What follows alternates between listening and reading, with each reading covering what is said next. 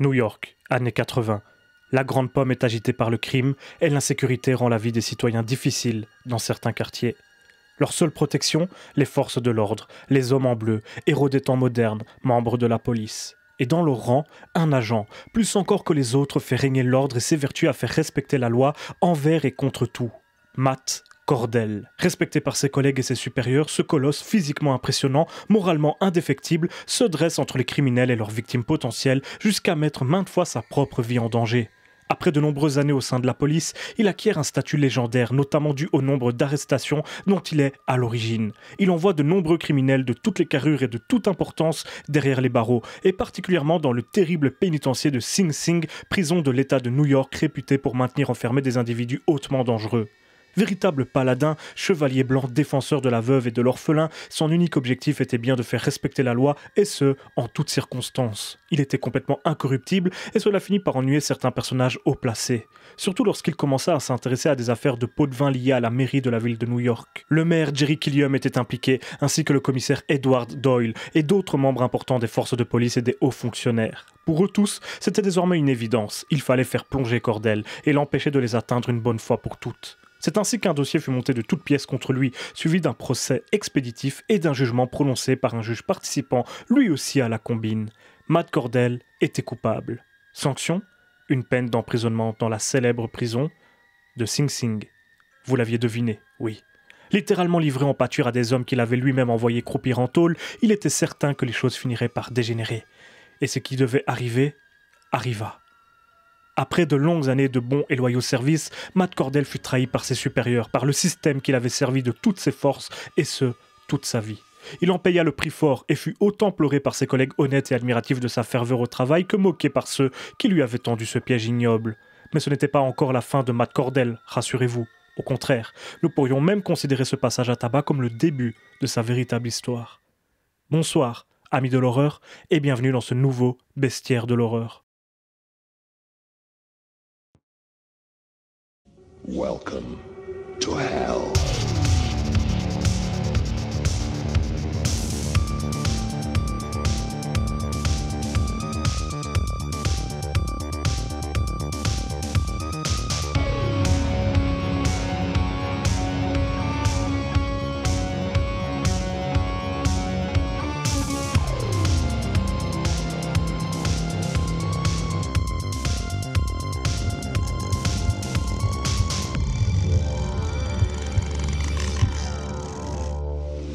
So you are afraid of something after all, huh? Matt Cordell, vous serez nombreux à approuver son statut de personnage culte, j'en suis sûr. Personnage à part au sein du cinéma d'horreur de la fin des années 80, il y a beaucoup à dire sur lui. C'est l'antagoniste principal de la trilogie Maniac Cop, dont le premier épisode est produit et scénarisé en 1988 par Larry Cohen et réalisé par William Lustig. Le deuxième opus, sobrement intitulé Maniac Cop 2, sort en 1990, toujours issu des cerveaux du même duo, et sera suivi en 1993 par un troisième et dernier épisode à ce jour, Maniac Cop 3, Badge of Silence. Le tournage de celui-ci se déroulera plus difficilement, de nouveaux producteurs cherchant à contrôler le projet et à le façonner tel que le concevait, allant jusqu'à pousser William Lustig à claquer la porte après seulement un mois de tournage, tandis que Larry Cohen se sera cette fois contenté d'écrire le script, qui ne sera pas respecté comme il l'aurait souhaité. Mais soit, aujourd'hui nous ne sommes pas là pour juger de la qualité des films. Matt Cordell alias le Maniac Cop est interprété dans les 3 films par Robert Z'Dar, un colosse habitué au rôle de méchant dans d'obscures séries Z, qu'il doit surtout à son apparence particulière. Il a la mâchoire anormalement développée, ce qui est dû au chérubisme, une maladie génétique. Cela lui donne un look inquiétant, utilisé dans de nombreux longs métrages donc, et c'est ce détail qui avait convaincu William Lustig de l'engager comme antagoniste principal pour Maniac Cop. Robert Z'Dar est décédé en 2015, et ça vaut ce que ça vaut, mais je tiens à lui dédier cette vidéo. Les films Maniac Cop ont aujourd'hui un statut un petit peu culte, et ça se comprend. C'était assez rare, voire innovant, de voir un tel croisement entre un film policier et un véritable film d'horreur, sorte de carrefour entre la French Connection et le monstre de Frankenstein, pour reprendre les mots de William Lustig lui-même. A noter qu'une série produite et distribuée par HBO devrait voir le jour, soit cette année, soit l'année prochaine, et serait réalisée par un certain Nicolas Winding Refn. Je sais jamais comment prononcer ça. Refn. Vous me le direz dans les commentaires. J'aime pas votre sens de l'humour. Enfin bref, autant de preuves que Matt Cordell continue encore de vivre aujourd'hui. Mais après sa mort décrite en introduction, que lui est-il arrivé? Quel est son parcours? C'est une question que tu dois forcément te poser, et je compte y répondre. Et ouais.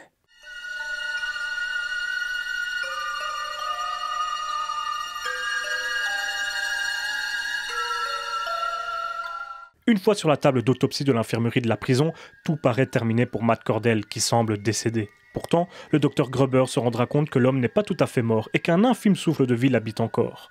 Le médecin est alors ennuyé. Il peut le sauver, mais à quoi bon, vu que l'ex-policier n'a aucune chance de survivre entre les murs de Sing Sing de toute façon. Détesté par tous les autres détenus, il aura à peine fait un pas en dehors de l'infirmerie qu'une nouvelle tentative de meurtre sera planifiée. Il décide alors de prendre sur lui et lui permet de sortir de la prison afin de vivre une nouvelle vie anonyme. Mais le colosse ne l'entend pas de cette oreille et décide alors de se venger du système qu'il a trahi et piégé. Que ce soit les politiciens corrompus qui ont provoqué sa chute ou ses propres frères d'armes, les policiers, qui ont participé au complot et n'ont pas bougé lorsqu'il fut injustement traduit en justice et condamné. Il se mettra alors à assassiner des innocents au hasard dans les rues en tenue d'agent, ce qui jettera le discrédit sur les forces de l'ordre et surtout provoquera une certaine panique au sein de la population. Surnommé le Maniac Cop par les médias et la police, l'ancien héros garde l'anonymat et tout le monde le croit encore mort. Il se permet même de détourner leur attention en leur présentant un coupable tout désigné, un policier qu'il piège en tuant sa femme qu'il trompait, un dénommé Jack Forrest, joué par Bruce Campbell. Mais malgré ses plans, Forrest et ses alliés finiront par le démasquer, et après un combat final dantesque, Matt Cordell sera laissé pour mort, non sans avoir assassiné le maire Killium et le capitaine Ripley auparavant, deux des traîtres dont il souhaitait se venger. Mais une fois encore, Matt n'en a pas fini avec la vie. Il réapparaît plus tard, toujours aussi décidé à tuer, mais cette fois, son but est de se venger de la bande détenue de Sing Sing à l'origine de son passage à tabac mortel. Il monte alors une équipe de criminels tous plus dangereux les uns que les autres, qui le prennent comme chef, convaincu que son intention est de monter une armée composée des prisonniers de la prison. Après s'être vengé de Forrest et de sa maîtresse, il fonce donc vers le pénitencier, où il pourra enfin prendre sa revanche sur ses bourreaux, tout en ayant le plaisir d'entendre la confession du commissaire Doyle, qui s'excusera, contraint par l'inspecteur McKinney. Enfin, Matt Cordell est innocenté et on lui propose même de le réintégrer dans les forces de l'ordre. Mais le colosse préfère se sacrifier en emportant le terrible tueur en série Turkle avec lui dans la mort. Alors qu'il est cette fois bien enterré, un prêtre vaudou le fait revenir une nouvelle fois, l'empêchant de profiter d'un repos bien mérité. Cette fois, ses motivations sont plus floues, à part son envie de soutenir et être lié à Cathy Sullivan, une policière accusée de bavure et plongée dans le coma après une fusillade. Celle-ci a connu un destin similaire au sien, ce qui lui attire vraisemblablement sa sympathie, et il la venge de ceux qui lui font du mal, autant qu'il cherche à mener un rituel vaudou à terme pour être enfin uni à elle. À côté de ça, McKinney, qu'il a déjà croisé auparavant, se met une nouvelle fois sur son chemin et tente encore de lui tendre la main, sans succès. Cela se terminera par un nouveau combat final dantesque et un nouveau décès présumé de Matt Cordell, jusqu'à son prochain réveil. Une histoire résumée extrêmement brièvement parce qu'encore une fois, ce n'est pas ce qui nous intéresse aujourd'hui. Voyez-vous, Matt Cordell est ce que l'on pourrait appeler un héros tragique. Et du coup, il y a beaucoup de choses à en dire. Bah oui, déjà, c'est un antagoniste en tenue de policier. Donc juste ça implique une ambiguïté plutôt intéressante.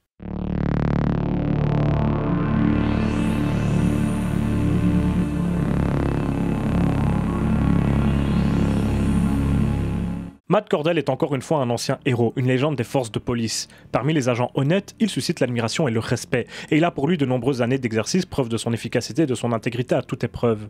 Et comment le système qu'il protégeait l'a remercié pour ses années de bons et loyaux services?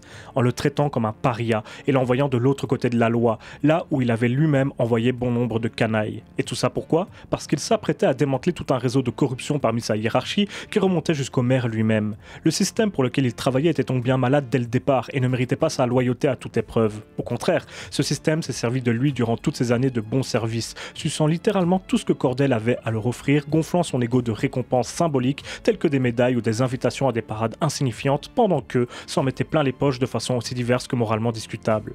Matt était un chien de garde du système, un petit soldat, un pion, bien que sa détermination, sa volonté de faire régner l'ordre lui donnait l'impression d'être un véritable héros, un personnage important.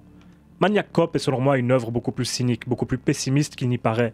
Elle nous dévoile un système corrompu en nous présentant bon nombre de policiers d'abord comme des hommes comme les autres, loin de l'idéal du chevalier blanc. Forrest qui trompe sa femme, McKinney qui n'hésite pas à tuer des criminels, ce flic prêt à tout pour une promotion, etc. Elle fait d'ailleurs pareil avec les médecins dans son deuxième épisode, autre profession très souvent idéalisée également, qu'elle montre alors sous un jour guère reluisant. Wow, arrêtez la dentelle, coupez-moi cette fémorale. Il pourra plus marcher. De toute façon, sa jambe était déjà perdue. C'est à quel sujet ? Mais pire encore ici, il nous présente la haute hiérarchie de la police et de la politique comme des êtres corrompus, usant de la vie de ceux qui bossent pour eux, comme s'il s'agissait de vulgaires pantins dont on se sert tant qu'ils sont utiles, puis dont on se débarrasse sans aucun remords. Et arrive alors la vengeance que Cordell tente de mettre en place en jetant le discrédit sur la police, la souillant aux yeux de l'opinion publique, paniquée à l'idée qu'un tueur puisse se cacher sous un uniforme de flic. C'est toute la ville qui en subira les conséquences, chute du tourisme, popularité du maire en baisse, meurtre de policiers, etc. La vérité, c'est que Matt Cordell a tout simplement sacrifié sa vie pour un système auquel il croyait, et que sa chute lui a juste prouvé qu'il avait tort sur toute la ligne. Ce système a réussi à changer l'un de ses plus fervents défenseurs en l'un de ses pires ennemis, transformant un défenseur du citoyen en bourreau sans âme. Matt Cordell est avant tout une victime tragique des magouilles de ses supérieurs, et c'est pour ça qu'il ne peut connaître le repos. À chaque fois se présente une nouvelle injustice, un nouveau motif de vengeance, qui le pousse à revenir parmi les vivants pour donner quelques coups de matraque et tirer quelques coups de feu. Lorsqu'il en aura fini avec ses propres démons, c'est de ceux de Cathy Sullivan qu'il s'occupera, revenant d'entre les morts pour protéger l'honneur d'une sœur policière, nouvelle camarade complètement abandonnée par ses supérieurs, la presse et pour finir, l'opinion publique. On peut aussi en conclure à quel point le travail du policier est ingrat. L'homme en bleu est anonyme pour Monsieur Tout-le-Monde et ce malgré tous ses actes héroïques, tous ces jours de travail durant lesquels il a potentiellement risqué sa vie, jusqu'à ce qu'il fasse un pas de travers ou même, comme pour Matt Cordell, qu'on le piège pour faire croire à un pas de travers. À ce moment-là, l'agent se retrouve seul au monde, cible des attaques politiques, journalistiques ou même, et c'est sûrement le pire, citoyennes. De justicier assermenté, il devient coupable, condamné.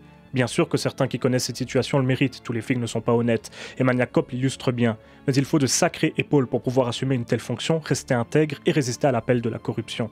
Et Matt Cordell a été littéralement puni pour avoir possédé toutes ses qualités, et a malheureusement fini par en devenir l'opposé total. Bien sûr, de façon plus simpliste, les meurtres de Cordell sont également l'occasion de parler des dérives de la force policière, avec les bavures par exemple, ou les arrestations un petit peu trop musclées. Les États-Unis en ont connu quelques-unes, dont certaines extrêmement médiatisées, et la franchise ne sera pas sans nous les rappeler. La saga nous apprend qu'en théorie, le flic exemplaire n'existe pas, car cela impliquerait de tôt ou tard s'attaquer à sa propre fonction, les dérives qu'une telle profession peut provoquer, et cela, le système ne le permettrait pas. La question est, le rôle premier du policier est-il de protéger ses concitoyens, ou de servir de soldat à une élite qui ne le respecte même pas ? On peut peut-être penser que je vais loin, mais je pense réellement que Matt Cordell incarne parfaitement les dérives ou les contradictions que peuvent impliquer une telle fonction. Bon, évidemment, c'est un phénomène bien plus complexe que ce que j'explique en ces quelques lignes, hein, on est d'accord. Mais pour revenir sur notre Maniac Cop de façon un petit peu plus personnelle, un petit peu plus ciblée, nous pouvons nous interroger sur la raison qui fait que cet antagoniste fonctionne aussi bien, voire même pourrait paraître totalement terrifiant.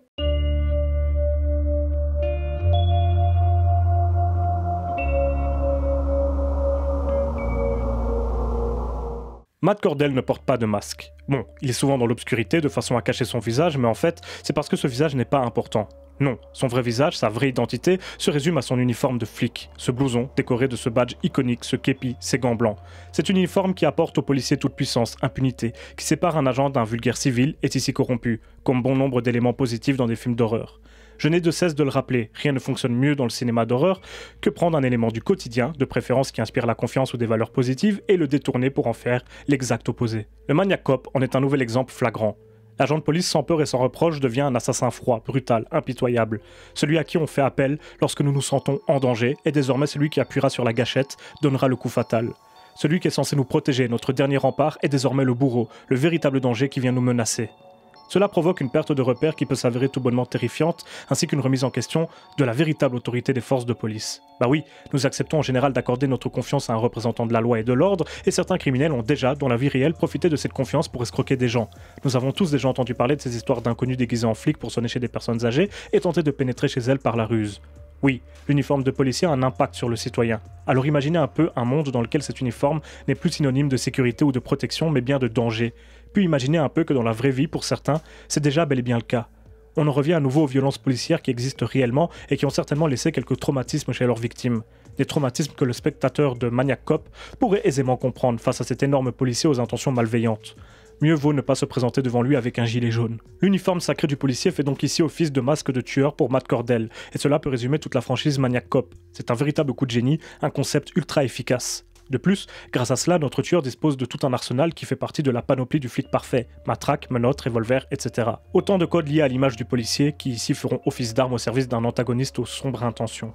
Évidemment, Matt Cordell n'est pas un policier ordinaire, il ne faut pas croire que les flics sont tous des tueurs sans pitié, loin de là. Mais l'uniforme qu'il porte leur donne quand même un statut très particulier qui peut vite devenir terrifiant lorsque celui qui le porte part à la dérive. Bon, nous allons quelque peu quitter tout ce qui concerne l'image du policier, puisque, rappelons-le, Matt Cordell n'est pas juste un flic. C'est aussi finalement plus ou moins une sorte de mort-vivant quand même, hein. C'est pas si anodin que ça. En tout cas, moi, j'en ai jamais rencontré, je crois. Il n'a eu de cesse de braver la mort pour revenir semer le chaos parmi les vivants, et cela nous permet de tirer quelques conclusions aussi intéressantes que terrifiantes.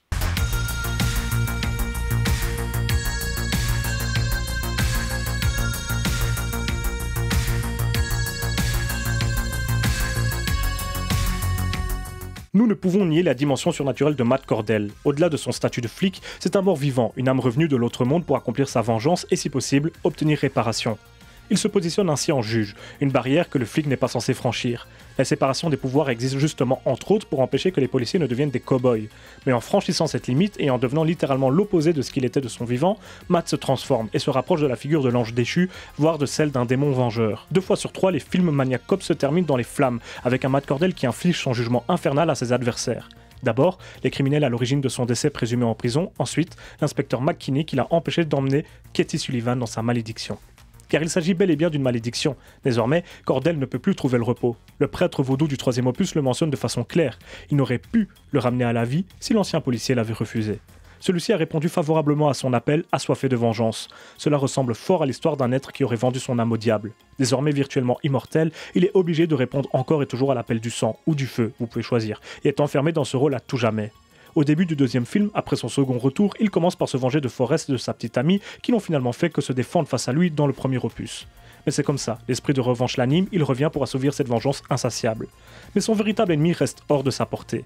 Aussi puissant qu'il est, il ne pourra jamais à lui tout seul renverser ce système qu'il déteste tant, et il est donc condamné à revenir sans cesse pour s'en prendre à certains de ses représentants qui ne sont que des leurs. Aucun individu, aussi haut soit-il dans la hiérarchie, ne représente à lui seul ce système qui a détruit Matt Cordell. Et si celui-ci est doué pour tuer, cela ne lui suffira jamais. Au moins, il a pu se venger des individus directement responsables de sa mort. Il les a tous physiquement éliminés ou discrédités à jamais, provoquant probablement leur destitution, même si les films ne le précisent pas. En ce sens, la récompense qui lui était promise contre la perte de son âme a été obtenue, car diable ou pas, nous pouvons affirmer que Matt Cordell a perdu son âme humaine dans sa démarche. Lui qui était un policier au cœur pur est devenu un assassin sans émotion ou presque, qui ne vit plus que pour mettre ses macabres desseins à exécution, allant même jusqu'à se retourner contre la seule femme qui le soutenait et l'aimait encore, voire même à s'allier avec les pires criminels de la ville, des gens contre qui il se serait battu corps et âme de son vivant. Matt Cordell est perdant sur toute la ligne. Mais tout perdant qu'il est, Matt Cordell a tout de même un certain charisme, une certaine allure, et même certaines capacités meurtrières. Son body count s'élève tout de même à 45, c'est-à-dire, en moyenne, 15 meurtres par film. C'est pas rien du tout. Et vous savez ce que ça veut dire, hein? Vous savez à quel moment de la vidéo nous sommes. C'est l'heure de vous montrer le top 5 des meilleurs meurtres commis par Matt Cordell.